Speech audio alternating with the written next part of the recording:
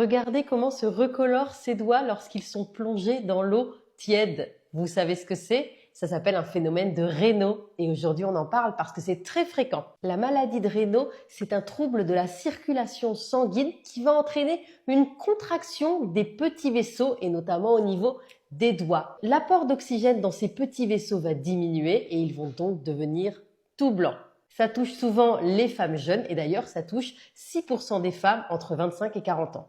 Alors comment ça se présente? Il y a généralement 3 phases. La première, c'est la phase blanche où les artères se vasoconstrictent et les doigts deviennent donc tout blancs et on a une sensation de doigt mort parce qu'on perd en partie la sensibilité. Après la phase blanche, il peut y avoir la phase bleue qui n'est pas là dans tous les cas. Dans ce cas-là, les bouts des doigts deviennent bleus et entraînent une sensation de picotement.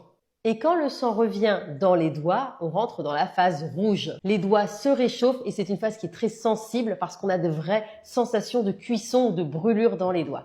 Comment ça se déclenche? La maladie de Raynaud, généralement, elle est déclenchée par une exposition répétée au froid. Et pour les traitements, il y a une grosse partie qui est de la prévention. La prévention, c'est tout simplement d'éviter d'avoir froid aux mains. Et pour cette vidéo, je me suis associée avec une super marque qui fait des produits très qualitatifs et notamment des gants chauffants qui fonctionnent avec une batterie.